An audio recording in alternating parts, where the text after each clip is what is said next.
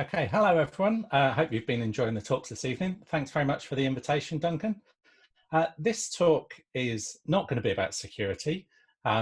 Particularly, it is going to be about a project that started about a year ago. In fact, this time last summer and finished about 2 or 3 days before lockdown this year. And it was a project in West Berkshire looking at whether Internet of Things can help reduce falls amongst older people. Now, the answer is obviously yes, but that would make a really short talk. So Duncan asked if I could share some lessons from the project, and that's really what this talk's going to be about. So my name's Mark Stanley. My company is called Thingitude.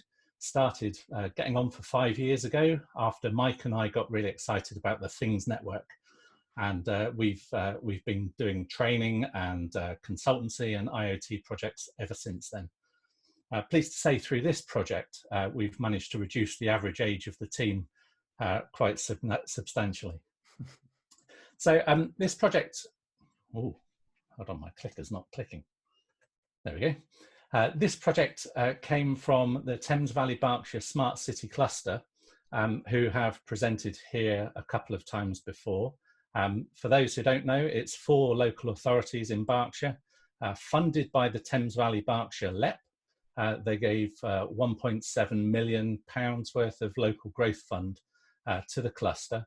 And then about half of that was to be spent on challenges, innovation challenges set by the councils that local businesses could bid for. The one that we went for was West Berkshire's challenge number 1. They have about 11,000 people over 65 living in West Berkshire. And we know that between a third and half of those are going to fall significantly each year.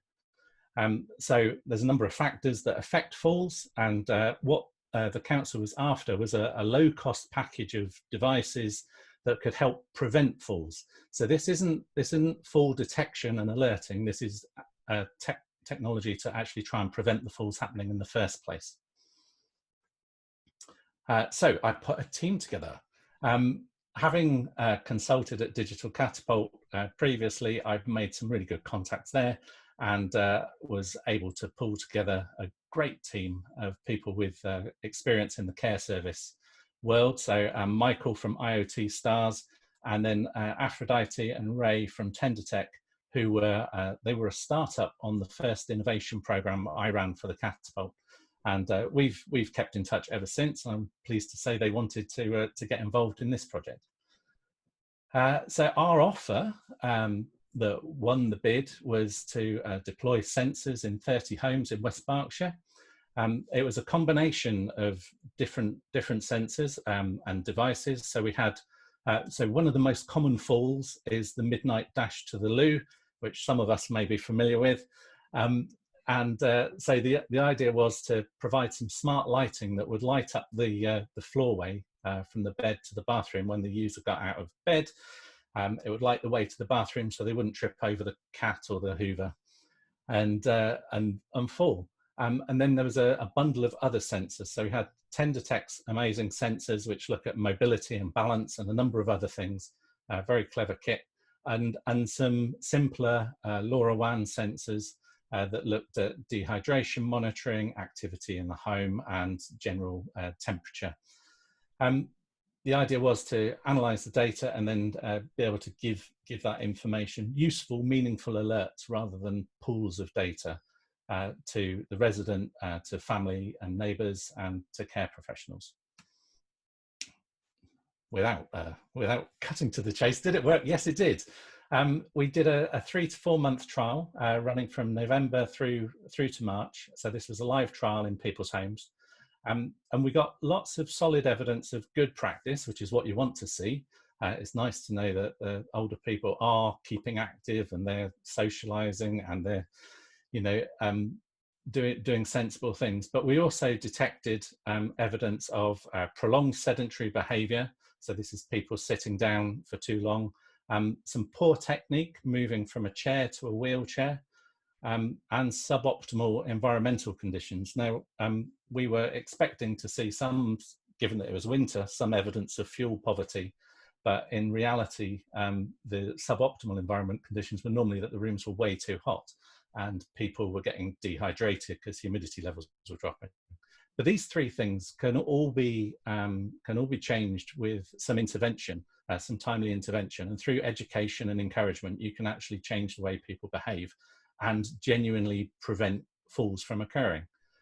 We also discovered some other things along the way that are something that you can't really prevent that just occur. So we had one user who had an obvious overnight illness that turned out to be food poisoning, which leaves you dehydrated and weaker and therefore more prone to falling.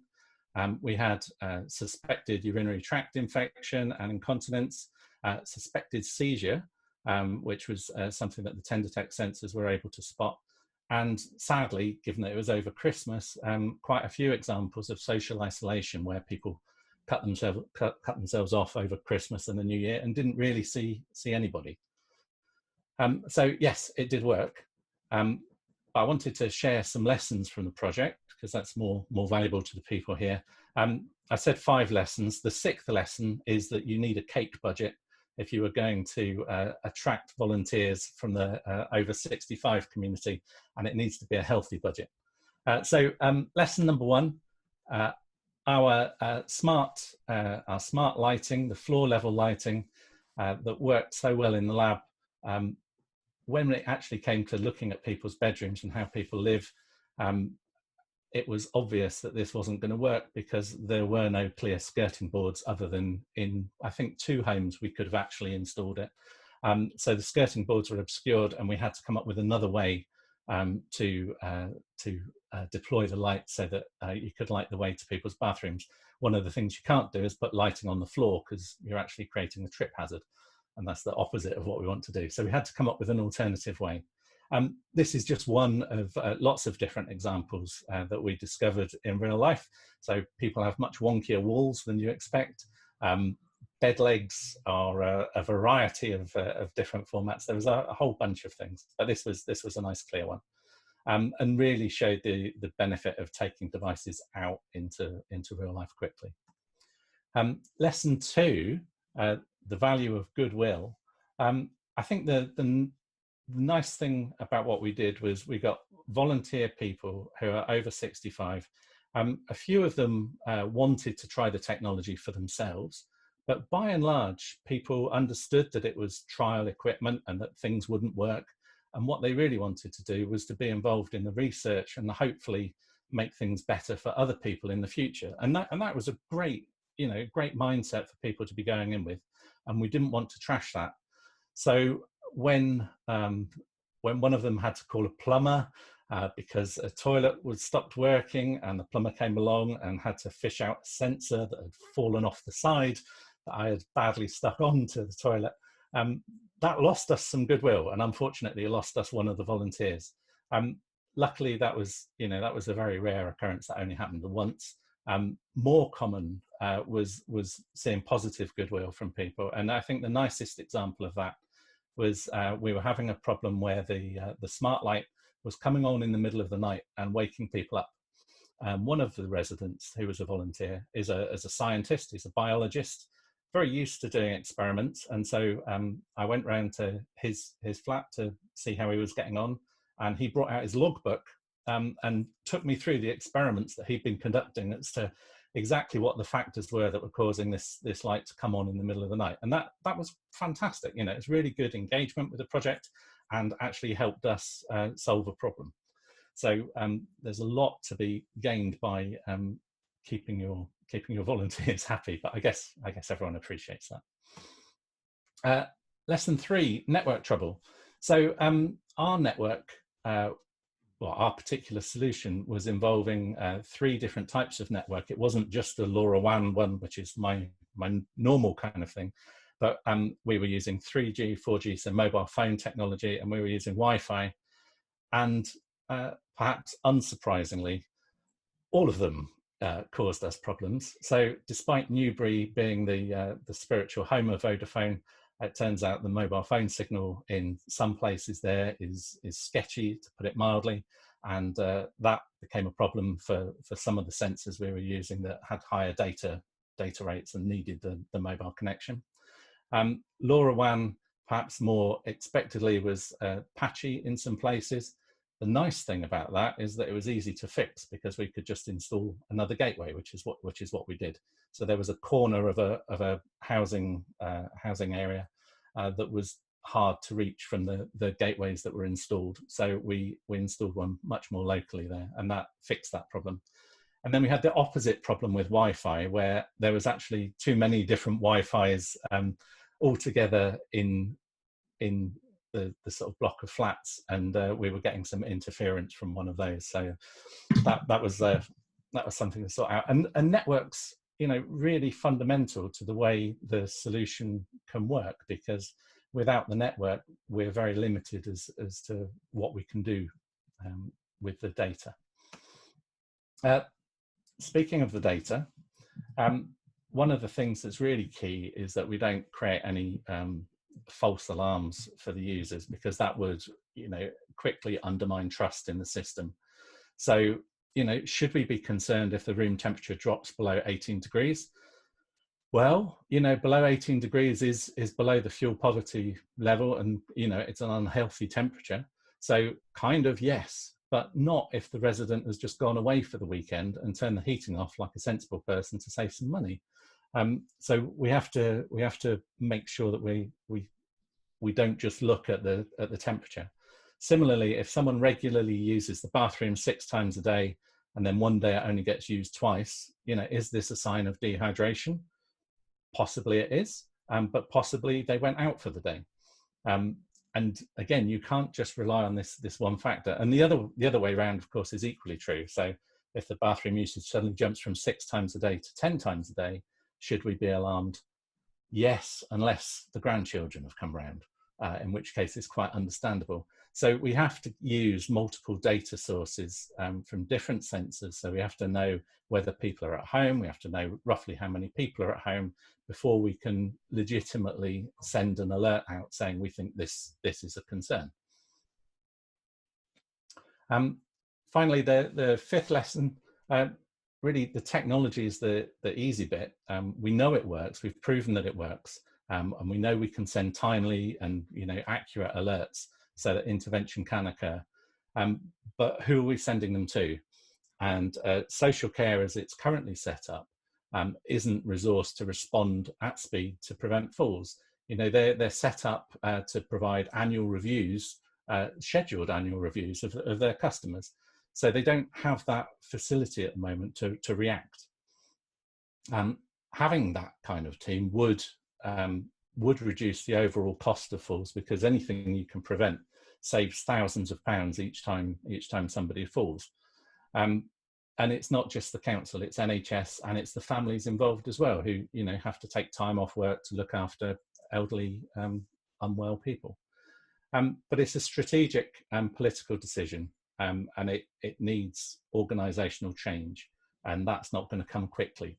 But the drivers are there, and this is across the UK and an awful lot of the world, that the population is getting older, and people are living longer, and it's growing. So the burden on social care is going to increase. There is a worldwide shortage of skilled care providers, and the cost of care is going up every year. So there's lots of incentive for councils to act. And I'm really pleased to say that with West Berks, and this is a quote from them, we're really excited about the potential of this project, and we'll be looking at the best way to integrate these types of solutions into our social care services going forward. So there's a lot to be encouraged by there, but it isn't going to be an overnight thing. That's the end of the talk. So note to thanks to the people involved, particularly A2 Dominion and Sovereign Housing, who are looking after a lot of our residents came from those housing associations. Right, Mark, thank you very much. That was really, really interesting. Okay, so the next question is, interested to understand what the issues were with cellular connectivity and if you deployed a multi-network SIM. In the end, we did deploy a multi-network SIM. We started off with I think Vodafone SIMs because because we knew Vodafone were headquartered there, and we even with the multi-network SIMs, there was one area in particular that, and it is notorious to the people who live there, but one area in particular where we just couldn't get a signal, and that, you know, that caused a problem for the trial in that particular location. But by and large, we were okay once we found you know, a network that was available. Next question. How is the technology supported after post-project? So 2 or 3 days before the end of the, before lockdown, we did the get out. So it was always a temporary installation. So we had to be careful about how we installed the kit, and we had to make sure that when we took it out, we didn't damage any walls or anything like that.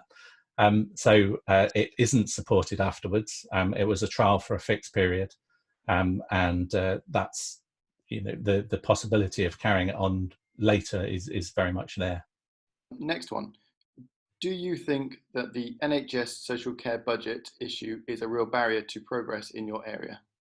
I think by that they mean the fact that some of the cost is borne by NHS and some of the cost is borne by social care. So just to put it into some context for everybody, about £2 billion a year, I think, is spent by the NHS on looking after falls, and just over £1 billion a year is spent by social care in terms of rehabilitation and looking after people when they get out of hospital. Is it a problem? Yeah, I think it is. I think it's hard for a council, particularly, to be, you know, it's got a lot of cost pressures of its own that it needs to manage. I don't think it is going to be overly considerate about NHS, but there is enough cost on all sides to save. So I think it's something that can be resolved, but it needs will. Person just replied to say, yep, that was exactly what they were asking. So next question is, did LoRaWAN work well or any issues? Yes, it worked. It worked really well for most of the sensors in most of the places. There was a corner of this housing block where it was hard to get LoRaWAN signal from the deployed network. So the Smart Berkshire network couldn't reach that. So we had to deploy an indoor gateway in that block to make sure that we got extra coverage. We did encounter a problem with one of the devices where the antenna design wasn't up to scratch, really. It wasn't as good as the other sensors. So we found something, and that's not particularly a LoRaWAN problem, but it's more down to a device problem, where other devices in the room could send signal quite easily, but this particular one was struggling to join the network.